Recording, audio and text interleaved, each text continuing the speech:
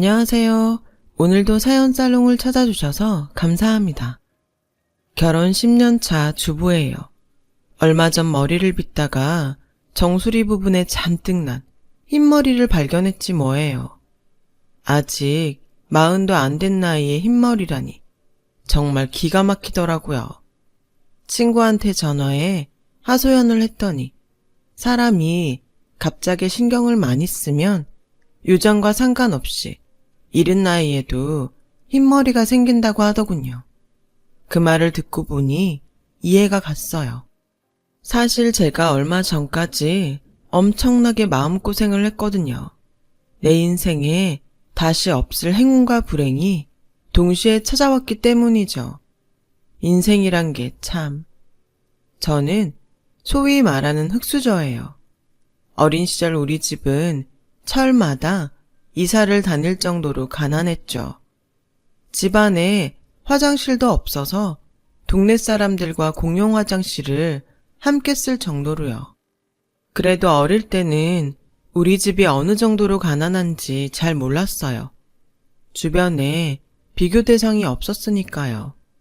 동네 친구들도 다들 저희 집과 비슷한 형편이었거든요. 그런데 8살이 돼서 초등학교에 입학해보니 바로 알겠더라고요. 같은 반 친구 집에 생일 초대를 받아 갔는데 친구네 집을 보고는 놀랐거든요.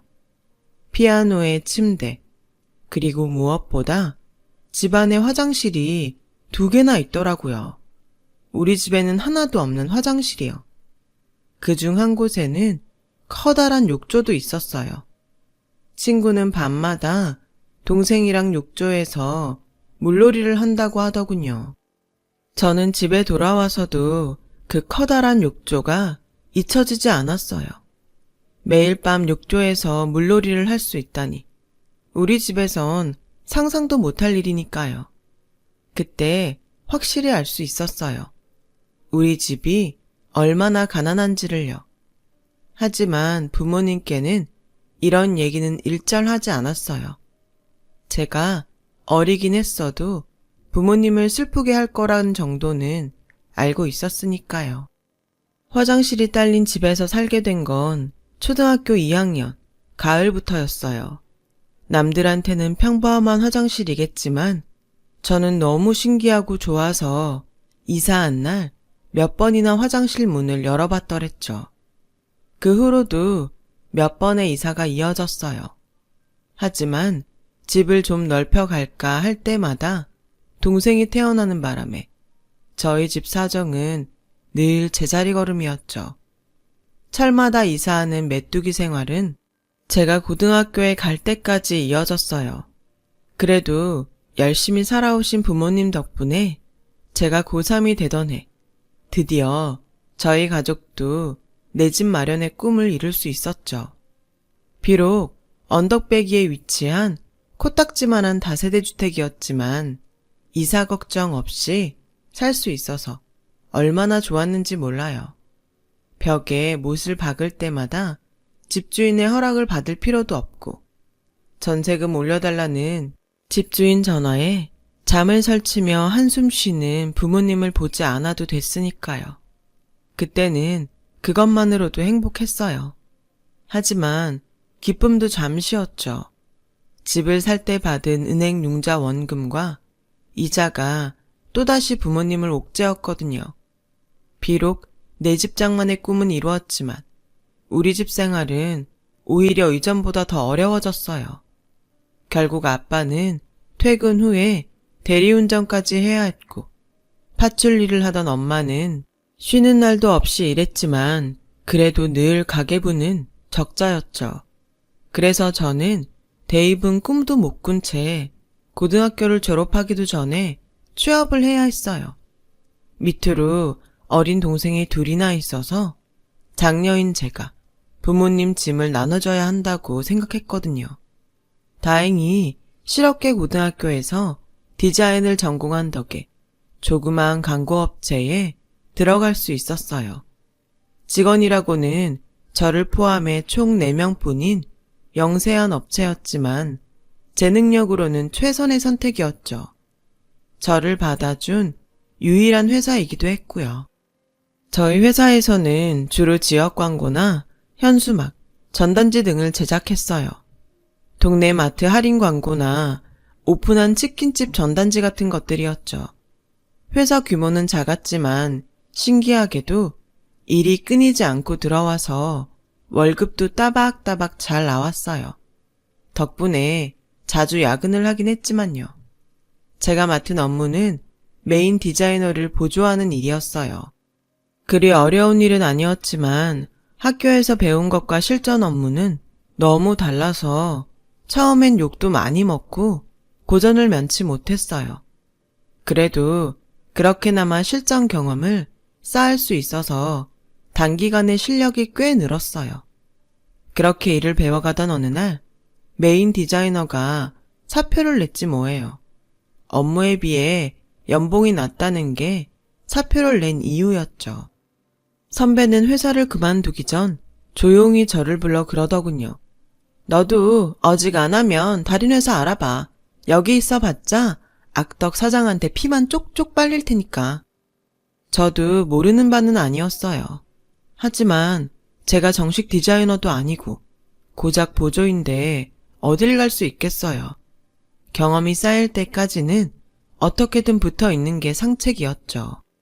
그런데 메인 디자이너가 나간 지 2주가 지났는데도 사장님은 디자이너를 구할 생각을 안 하더라고요. 그러는 사이 저는 선배가 하던 일까지 도맡아 해야 했어요. 솔직히 한창 일을 배워야 할 시기에 직속사수가 없다는 건 정말 불행한 일이에요. 그래서 진지하게 이직을 해야 하나 고민도 했었죠.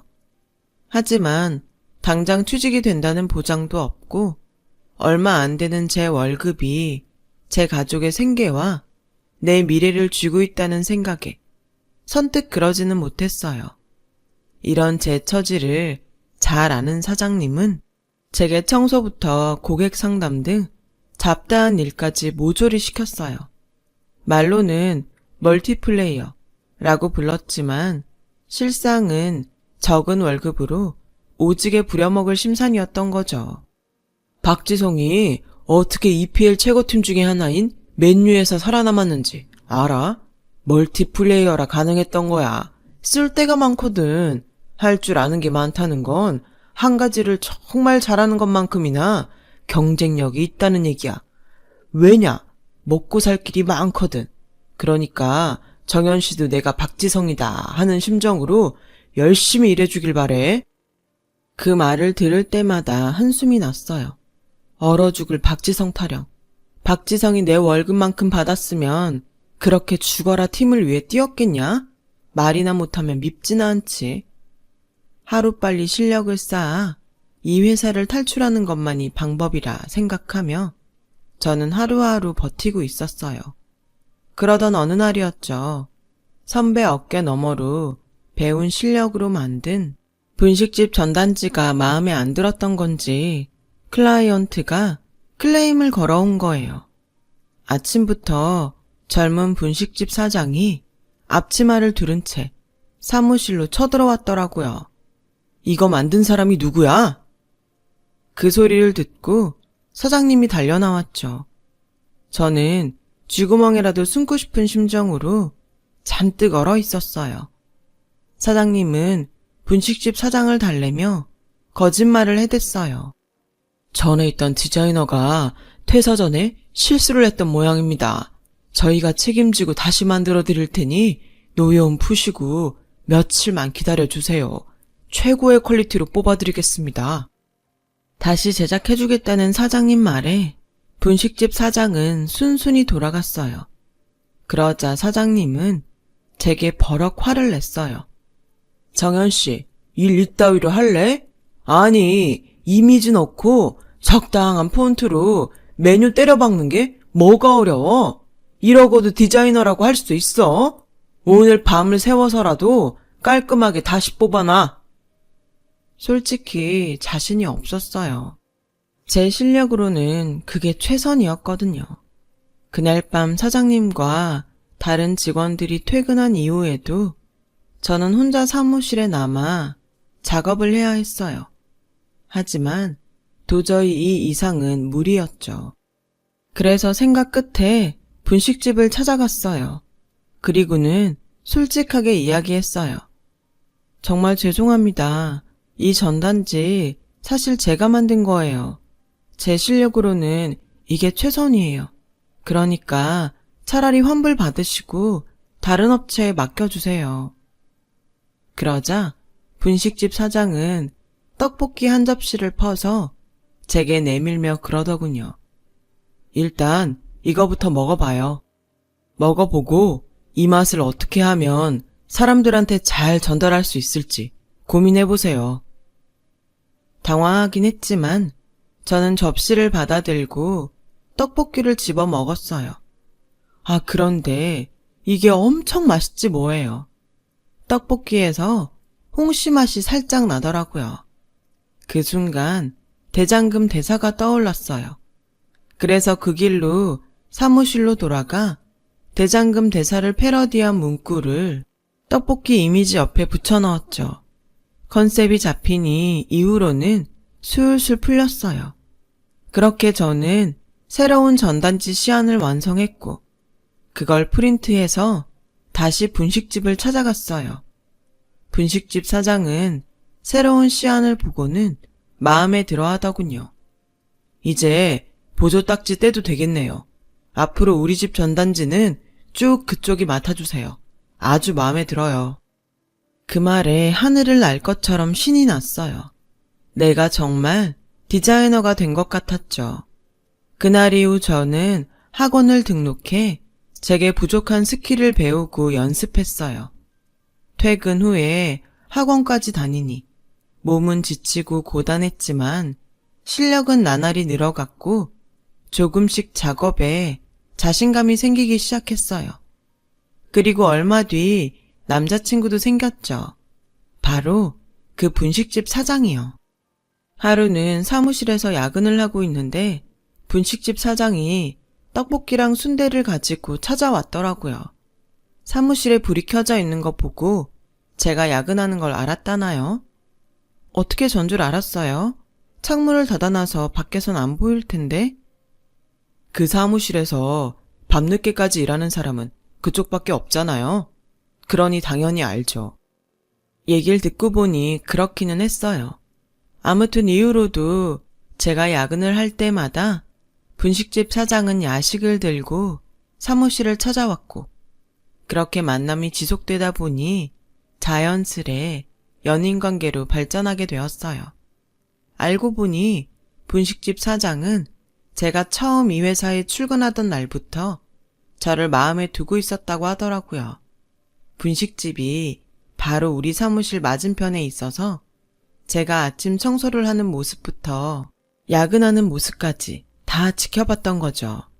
우리 회사에 전단지를 맡긴 것도 저랑 안면을 트기 위해서였고요.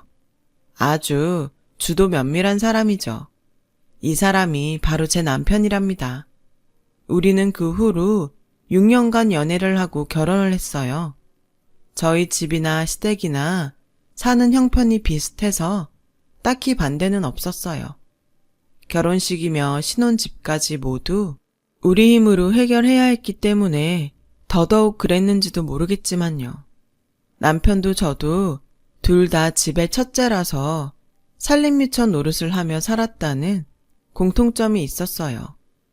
그래서인지 서로 통하는 점도 많고 서로를 이해하는 면도 많아서 오랜 연애 기간 동안에도 크게 싸우는 일 없이 의지하며 지낼 수 있었죠. 그건 결혼하고도 마찬가지고요. 가난했던 어린 시절을 겪어서 그런지 남편도 저도 집에 대한 애착이 남들보다 강한 편이에요. 그래서 사회생활을 시작하면서부터 바로 청약통장부터 만들었죠. 비빌 언덕이 없는 저희 같은 사람들에겐 내 집 마련의 꿈을 이루기엔 청약통장만한 게 없으니까요. 적어도 부모님들처럼 집 없는 서름을 겪지 않고 싶었거든요.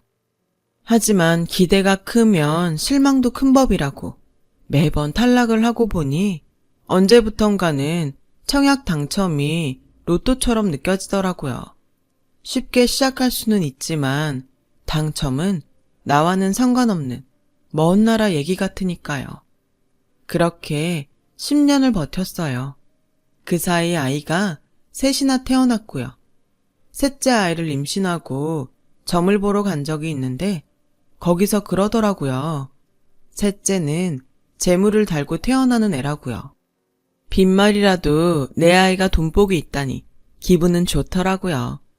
그런데 셋째를 출산하고 얼마 안 돼서 기적 같은 일이 일어났지 뭐예요.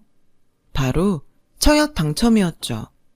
그날도 별 기대 없이 당첨 결과를 확인하러 청약 사이트에 들어갔는데 글쎄 남편 이름이 당첨자 명단에 떡하니 적혀 있더라고요. 그 길로 바로 남편한테 전화를 했죠. 여보, 우리 아파트 당첨됐대. 우리 막내가 재물을 달고 태어난다더니 그 말이 맞나 봐. 남편도 저도 전화기를 붙들고 한참을 펑펑 울었어요. 서울 집값이 천정부지로 올라가는 시점에 신축 아파트에 당첨됐으니 왜 안 그렇겠어요. 지난 10년 세월이 주마등처럼 흘러갔고 집주인 잘못 만나서 고생했던 일들이 떠올라 감정이 복받쳐 올랐죠. 아이들은 청약 당첨이 무슨 뜻인지도 모르면서 엄마 아빠가 좋아하니까 덩달아 신나하더라고요.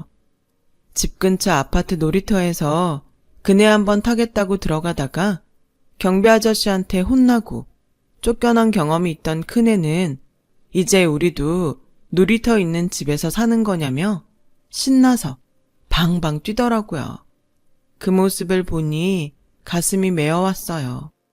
이젠 그네도 실컷 하고 정글짐에서 숨바꼭질도 할 수 있어. 그뿐인 줄 알아? 아파트 단지 안에 키즈 카페도 있을걸? 거기서 하루 종일 놀 수도 있어. 아이들만큼이나 신이 난 저는 한껏 들떠서 떠들어댔어요. 벌써부터 애들 비행기 태우지 마. 다 지으려면 아직 2년은 더 있어야 돼. 벌써부터 기운 뺄 거야? 남편은 그렇게 말하면서도 자기도 좋은지 벌써부터 인테리어 관련 정보를 찾아보고 있더라고요. 앞으로 불어닥칠 불행은 생각지도 못한 채 말이죠. 그렇게 20년 같은 2년이 지나고 드디어 입주가 3개월 남짓 남은 무렵이었어요. 시동생 결혼 준비로 한창 바쁜 어머님이 집으로 찾아오셨더라고요. 웬일로 애들 먹일 과자도 하나름 사오셨지 뭐예요? 네? 저희 아파트를 도련님 신혼집으로 주라고요? 아니 그게 무슨 말씀이세요? 너도 알다시피 우리 둘째가 학벌도 그렇고 회사도 그렇고 새아기한테 많이 밀리잖니. 안 그래도 그쪽에선 이 결혼 탐탁치 않아 하는데 신혼집이라도 제대로 마련해 주는 게 좋지 않겠냐 이거지. 아니 그런 거면 도련님이 벌어서 하던지 정 안 되면 어머님이 해주셔야죠. 왜 우리 집을 주라고 그러세요? 저희요 10년 넘게 남의 집살이 하다가 겨우 마련한 집이라고요. 애들도 점점 커가는데 언제까지 이런 집에서 살아야 돼요. 안 돼요. 전 우리 집 양보 못해요. 그러니까 어머님이 포기하세요. 내가 그냥 달라고 그러니? 나 죽으면 내 집 너희가 가지면 되잖아. 내가 살면 얼마나 더 살겠니? 너야 친정이 볼품 없으니까 우리 형편 알고도 시집왔지만 새아기는 다르잖니. 시엠이 면 한번 세워준다 셈치고 네가 한번 양보해다오. 나 참 기가 막혀서 말도 안 나오더라고요. 아니 그럼 있는 집 며느리는 궁한 살림 살면 안 되고 없는 집 며느리는 지질이 궁상으로 살아도 된다는 겁니까? 이게 무슨 개풀 뜯어먹는 소리냐고요. 평생 애들한테 껌 한 통 안 사주던 노인네가 웬일로 과자 봉지까지 사들고 왔나 했더니 이런 꿍꿍이가 있을 줄이야. 누가 알았겠냐고요. 그날 밤 저는 남편을 앉혀놓고 이번만큼은 절대로 어머님 뜻에 따를 수 없다고 확실하게 선을 그었어요. 남편도 어머님 행동에 화가 났는지 얼굴이 울그락불그락 했어요. 그리고 며칠 뒤 시동생이 집으로 찾아왔더라고요. 며칠 전 어머님을 통해 얘기를 들은 터라 곱게 볼 수가 없었죠. 그런데 이놈의 시동생이 눈치를 어디다 팔아먹고 왔는지 저를 어르고 달래도 시원찮을 판에 속을 뒤집지 뭐예요. 형수님도 알다시피 그 사람이 워낙 있는 집에서 살아와서 구질구질하게는 못 살아요. 형수님이야 워낙 없는 집에서 자랐으니 익숙하잖아요. 그리고 애들 뛰어놀고 살기에는 이런 집이 딱입니다. 아파트 가봐요. 층간소음으로 허구한 날 아래층 사람들이랑 싸워야 할걸요. 그러니까 형수님이 양보 좀 하세요. 이럴 땐 손윗사람이 아랫사람한테 양보하는 거라고요. 아니 누가 그딴 소리래요? 손윗사람이 양보해야 된다고? 도련님도 그러는 거 아니에요. 그렇게 아파트에서 살고 싶으면 직접 벌어서 사세요. 세상에 날강도도 아니고 그게 얼마짜리 아파트인데 꽁으로 먹을 생각을 해요. 난 더 할 말 없으니까 집 문제는 더 이상 꺼내지 마세요. 누가 공짜로 달랍니까? 엄마 집 가지면 되잖아요. 이래서 없이 산 사람은 티가 난다는 거야. 우리 유나는 형수님처럼 돈돈거리면서 악다구니 쓰지 않아요. 좀 없는 티 좀 내지 마세요. 먹긴 놈이 성낸다고 시동생은 버럭 소리를 지르고는 가버렸어요. 아우 정말 열이 뻗쳐서 진정이 안 되더라고요. 누구 하나 걸리면 그대로 반 죽여놓을 것 같은 심정이었어요. 제가 이렇게 열폭을 하는 동안 남편은 남편대로 예비 동서랑 말씨름을 하고 있더라고요. 나이도 어린 게 아주버님한테 바락바락 대들면서 영업장에 찾아와 난동을 부린 모양이더라고요. 남 같으면 바로 경찰에 신고할 테지만 그놈의 가족이 뭐라고 이러고 입씨름을 했지 뭐예요. 하도 화가 나서 수다나 떨 요량으로 간만에 여동생을 불러 명동 나들이를 간 날이었어요. 선뜻 사지는 못하고 아이 쇼핑만 하고 있는데 어디서 익숙한 목소리가 들리더라고요. 시동생이었죠. 누구랑 통화를 하는지 엄청 나긋나긋한 목소리로 굽실거리더군요. 호칭을 들어보니 예비 장모랑 통화를 하는 모양이었어요. 네, 장모님, 걱정 마세요. 10월에 입주니까 결혼식 전에 인테리어 공사 싹 끝내놓을 거예요. 아우, 당연히 안방은 장모님이 쓰셔야죠. 방이 3개나 되는데 무슨 걱정이에요? 제가 아들 같은 사유로 평생 장모님 모시고 살 테니까 마음 푹 놓으세요. 아파트 인테리어도 장모님 취향에 맞게 싹 고쳐놓을게요. 네네, 들어가세요 장모님. 아, 미친. 혼자 사는 지네 엄마는 내팽겨 쳐놓고 남의 아파트 뺏어서 지 장모 모시고 살 생각이더라고요. 이걸 알고도 시어머니는 우리 아파트를 작은 아들 주라고 그 난리를 피운 건지 궁금하더라고요. 그래서 디데이를 시아버님 제삿날로 잡고 단단히 벼르고 있었어요. 그리고 드디어 제삿날이 되었죠. 시동생은 물론 예비동서도 일찌감치 와 있더라고요. 어떻게든 시어머니를 구워 삶으려고 예비동서는 입안에 혀처럼 어머님 어머님 하면서 시어머니 옆에 찰싹 달라붙어 있었죠. 평소엔 지네 아빠 제사건 뭐건 놀러다니기 바쁘던 시동생도 평소와 달리 밤도 깎고 음식도 나르며 안 하던 짓을 했어요. 그 꼴이 어찌나 가증스럽던지 토가 쏠릴 정도였죠. 그런데 시어머니도 마찬가지더라고요. 예비 며느리한테 궁색한 살림 안 들키려고 평소 애지중지하던 그릇들을 잔뜩 꺼내놨지 뭐예요. 제가 연애 시절 놀러왔을 땐 이빨 빠진 접시도 그냥 내던 양반이 말이죠. 이렇게 대놓고 사람 차별을 하다니 정말 속상해서 미칠 것 같았어요. 어머님, 생각해봤는데요. 저희 아파트 말이에요. 도련님네한테 양보할까 봐요. 그래? 아유, 큰애야, 네가 생각 잘했다. 역시 큰 며느리라 다르긴 다르구나. 형수님, 진짜 그러실 일이지. 저 솔직히 이번 일로 형수님한테 많이 서운했어요. 아파트 양보한다는 말에 모자가 아주 입이 찢어지더라고요. 그 상황에 남편은 아무 말도 못한 채 놀란 눈으로 저를 쳐다보기만 했죠. 근데요, 어머님, 조건이 있어요. 약속대로 어머님 집 저희 주세요. 어머님 돌아가신 다음에 말고 지금요. 형수님, 그럼 엄마는 어디서 살라고요? 어디서 살긴요. 도련님네랑 같이 아파트 생활 하셔야죠. 연세 드신 노인들은 이런 주택보다 아파트 사시는 게 더 편하세요. 안 그래요, 어머님? 그럼 그럴까?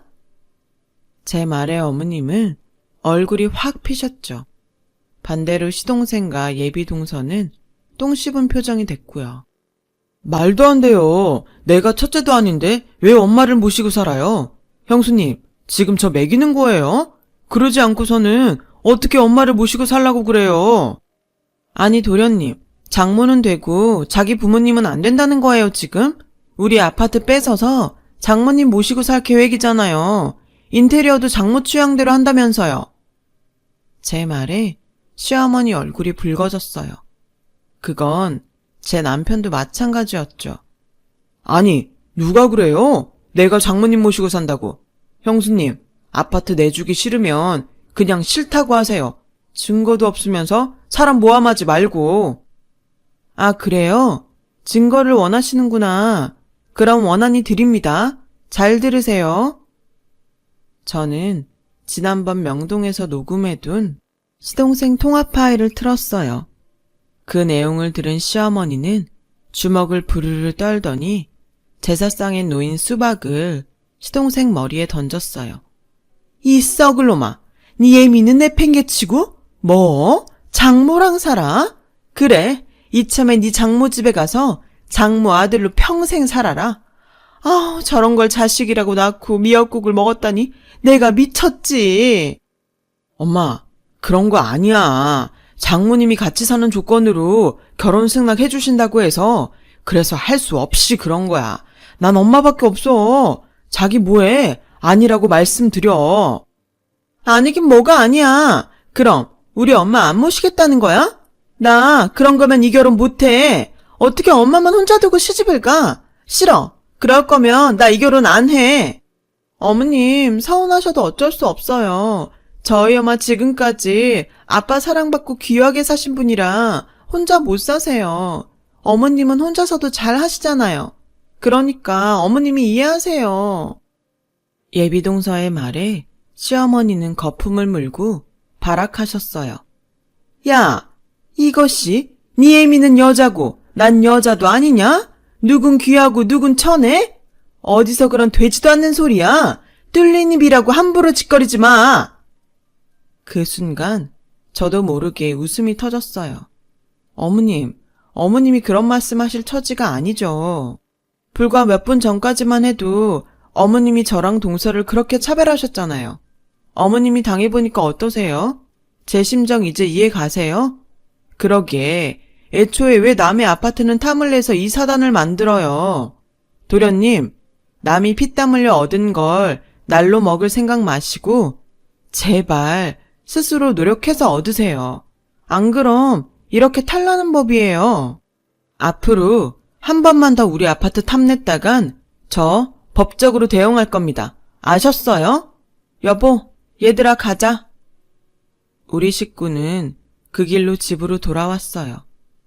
결국 시동생 결혼은 파투가 났고 이번 일로 어머님과 동생한테 감정 상한 우리 부부는 시댁과 연락을 끊은 채 살고 있어요.